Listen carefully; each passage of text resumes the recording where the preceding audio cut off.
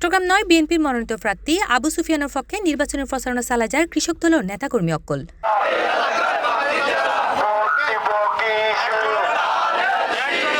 ফেব্রুয়ারির ৫ তারিখ বিয়াল ৩টায় নগরের চকবাজার থানা কৃষক দলের আহ্বায়ক আজিজুল ইসলাম জুয়েলের উদ্যোগে চকবাজারত বিভিন্ন এলাকাত সাধারণ ভোটারকলের হাতে চাইরে গণসংযোগ এবং ধানের শীষত ভোট প্রত্যাশা করেন, পাশাপাশি লিফলেট বিতরণ করেন।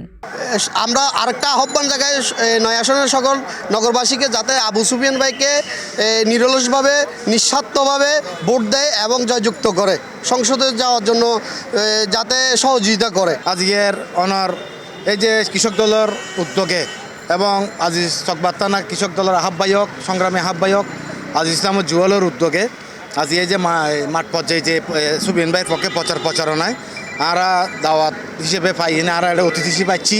আমরা আসলে এই এতাল্লা বলে আমরা ১৭ নম্বর ওয়ার্ড বিএনপির পক্ষ তো তারা কৃষক দলের আমরা শুভেচ্ছা জানাই, অভিনন্দন জানাই।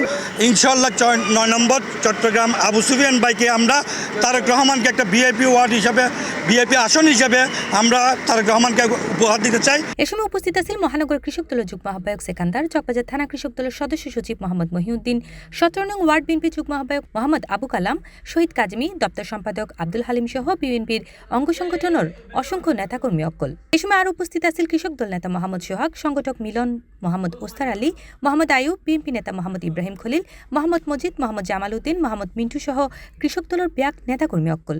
১৫-১৬ নম্বর ওয়ার্ডের ১৭ নম্বর ওয়ার্ডের কৃষক দলের নেতৃবৃন্দ আজকে আবু সুফিয়ান ভাইয়ের জন্য গণসংযোগ এবং প্রচারণা করছেন।